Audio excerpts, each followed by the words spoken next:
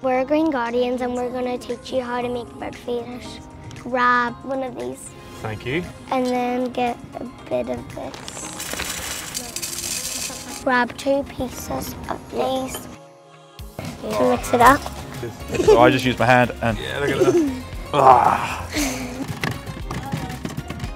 Put it in or around your pinecone. What do you think? You can start cutting the string when you're done. Look at that.